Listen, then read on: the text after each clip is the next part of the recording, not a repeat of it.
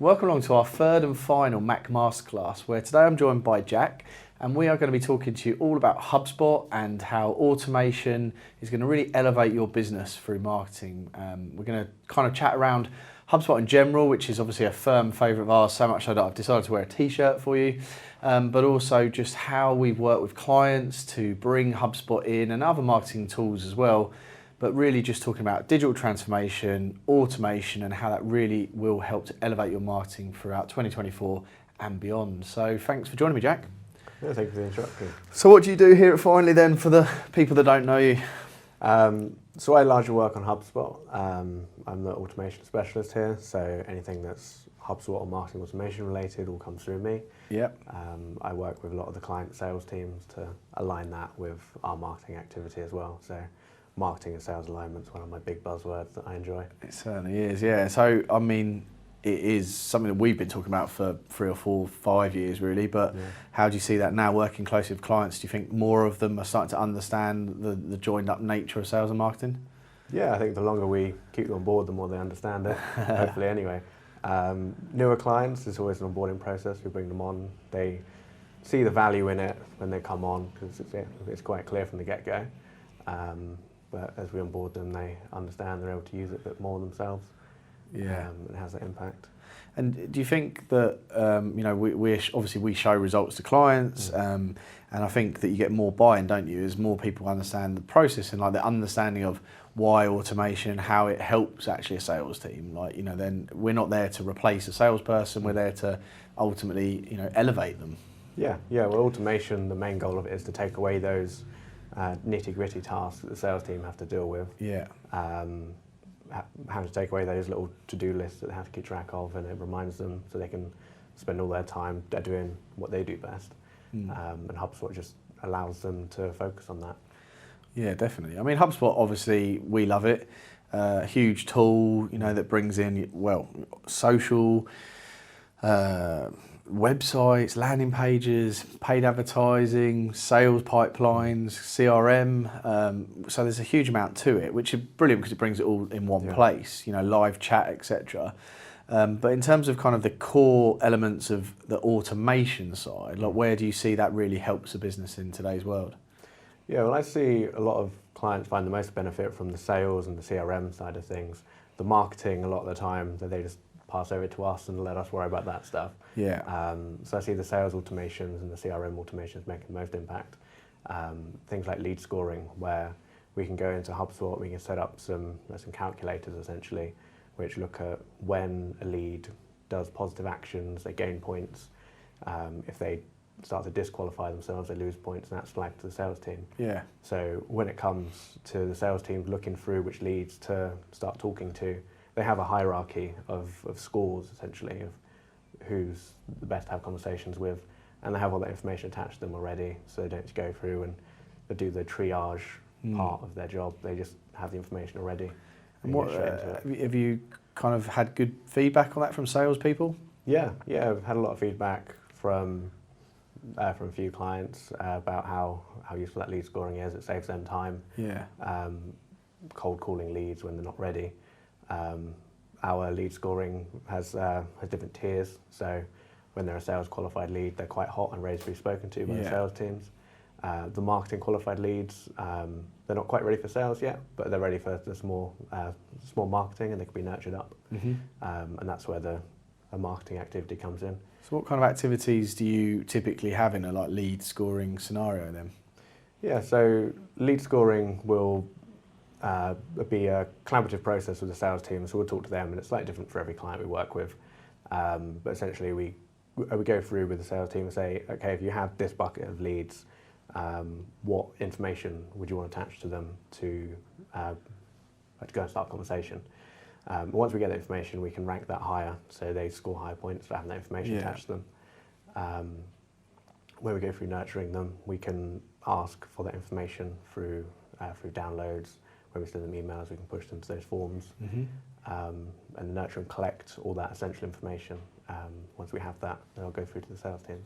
Yeah, it's pretty useful, isn't it? Because, fundamentally, most salespeople are just relying on like reasonably cold leads. I guess the benefits of a HubSpot and a lead scoring system is that we can actually identify an individual and follow their journey and see whether like marketing is having an impact, whether sales are having an impact, and we can kind of see that big picture. And I guess we can take those learnings and show sales teams that, hey, look, this person did this, and this before they bought.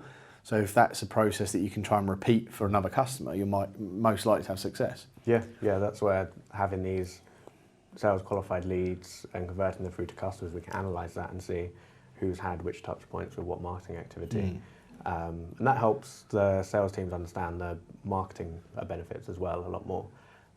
There's a long-standing conflict between marketers and sales teams and what's the most important part. Obviously, they both work together, and HubSpot encourages that. Marketing's the answer, right? Yeah. Well, it depends if the sales team are going to do their job or if the marketers do theirs. It needs to be a joined-up team, doesn't it, fundamentally? Yeah, that's where the alignment comes in. So that's being able to point out all the touch points that they had through the marketing, even if that goes back for months or years. We can see that, okay, this is where the lead originated from.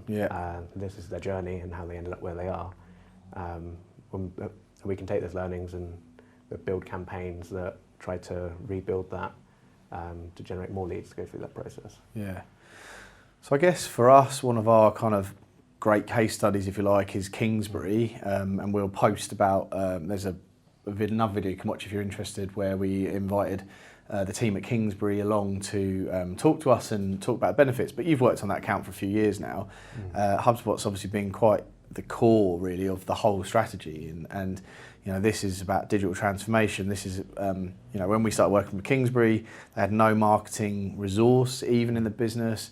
They were using an old out of date CRM system that relied on servers, and so that's been quite a journey, hasn't it? I mean, we're now using HubSpot like very heavily with them and very successfully. Yeah, HubSpot's part of their sales process. All their sales team use HubSpot. Their sister company Aditya also use HubSpot. It all lives in that place. I know a lot of sales teams from other companies use things like spreadsheets still, and seeing the quality of life for the Kingsbury's sales team and the sales teams that are using spreadsheets is night and day. Yeah. Obviously, I wasn't around before they moved over to HubSpot, so it'd be nice to kind of hear from them more what difference they've seen in that is. But in terms of like what we're doing day to day now from a sales and marketing function for them, we utilise lead scoring certainly, don't we? Obviously, lots of automations are built into the website, so we're identifying users and sending them different things based on downloads and machine preferences and anything like that. So I mean that's been a great success, but thinking about some other clients and people that might be watching this, thinking about how do they bring automation, I guess what would be the first sort of steps in your mind now, having done it, to like lead into automation? Maybe like the starting small baby steps to sort of test the waters. Yeah, I think starting off with HubSpot and just getting used to the functionality is probably the best starting point. Using those CRM tools, a lot of that is fully functional for free on HubSpot. There's not too many limitations with the CRM through like the upgrades. So that's getting used to that and seeing all the attribution that's coming through. And then obviously moving it onto the sales tools. You can use all the deal tools for free as well, so you can get started with that. You can see how it all connects up, all the history and the activity attached to those. And obviously growing on from there, you can create your pipelines and automations through there. So at each deal stage in your pipeline, you can create an automation which will trigger tasks and reminders and follow-up activities that take that job away from the sales team, just so they can focus on their bit. And every time a lead moves from a deal stage to the next deal stage, the new automation will kick in, and they'll essentially automate the stages it would take to progress to that next next deal stage. I guess the benefit of automation is like once it's set up, that's it, right? That's just happening in the background. No one has to really worry about it. So as you say, sales team can get on with their job of selling, and hopefully, as a marketing function, as a piece of software, we can educate those salespeople as to who are the more likely to be ready to have those conversations, which is the great benefit. And none of that requires like human involvement once it's sort of set up, other than maybe tweaking it and checking it and running that, is it still doing what it should be doing? Yeah. Essentially, once it's set up, it's an always-on system. But there will be optimizations you make, like especially for things like lead scoring. As your company grows, as your ideal customer changes, you'll obviously update that. A lead scoring will never really fully replace a salesperson's eye for like a hot lead. Yeah. But as long as it's taking all the definitely cold leads away, then that's doing its job. Yeah. And as you say, as new leads come through, they go through this process, and the sales team see the benefits. And so, like, what would you say to anyone watching that's like you, maybe using spreadsheets, or a little bit further behind on that kind of digital transformation journey? Like, it seems scary, doesn't it? Like putting all these like modern tools in. There's all the buzzwords around AI and everything that's there. I mean, HubSpot's obviously got a heavy amount of AI being built into it now, which is great. Shows the direction of travel, but it's quite a scary thought if you've not really done anything to kind of go from nothing to wow, what it's overwhelming. But like, what's your kind of entry to it? I think the biggest benefit of using HubSpot as an entry for it is that it has a really low floor of understanding. You can jump in from a spreadsheet and the whole structure looks very similar, and you can probably use it the same way as you'd use a spreadsheet. But then as you learn, it's got a very high ceiling of what you're able to do with it. So it's very good for entry-level people who maybe don't even have the time to learn how to use it fully. They'll still be able to use it to an effective functionality. Yeah. But as you learn more, you'll just climb up the ladder and be able to do more and more with it. With spreadsheets, that ceiling is a lot lower. You can't do a lot of the things that HubSpot really encourages you to be able to do. Yeah, certainly. And like the kind of automation or clever parts of spreadsheets are actually quite hard now. I mean, I used to be quite a macro writer back in the day, probably 20 years ago, worryingly. But like, now I probably couldn't write macro, but the tools built into HubSpot by default are really sort of self-explanatory, aren't they? Yeah, they're very really good to use. There's things like filtering in a spreadsheet. You might not be able to do everything you want to with the filters without having to be able to use those macros. Whereas in HubSpot, the filtering is really easy. You just need to know the difference between and or, and you can add these filters and just in real time it will pull through the leads that meet them. Again, really useful for things like lists and sending out your emails and segmenting your database. And I guess in today's world, we're moving into a cookieless world, which we won't get into on this conversation too deeply, but fundamentally it means that first party data, that kind of owned information on people, is going to be even more valuable than it ever has been. And so a tool like HubSpot is going to allow you to segment that data, as you mentioned, keep it up to date, target and send emails to the right relevant people, which is going to elevate your marketing and therefore hopefully encourage better sales because you're doing better marketing, right? Yeah, exactly. And the benefit of having that first party data as well is that HubSpot allows you to go in and create your own conversion activities, so you can really customize what data you're collecting. You can create as many custom properties as you want, really, after a certain amount of upgrades. And you can collect the information and it's all tailored to your business, rather than buying data and relying it to be right and not having exactly what you need from it. No, that's great. So for anyone watching that kind of wants to get started, I guess maybe they could reach out to you and have an initial conversation, a little chat about maybe some demos and show them how we're using it with other clients. There's I'm on LinkedIn. You can reach out to me on LinkedIn. Obviously you can email the company as well. We've got email addresses. We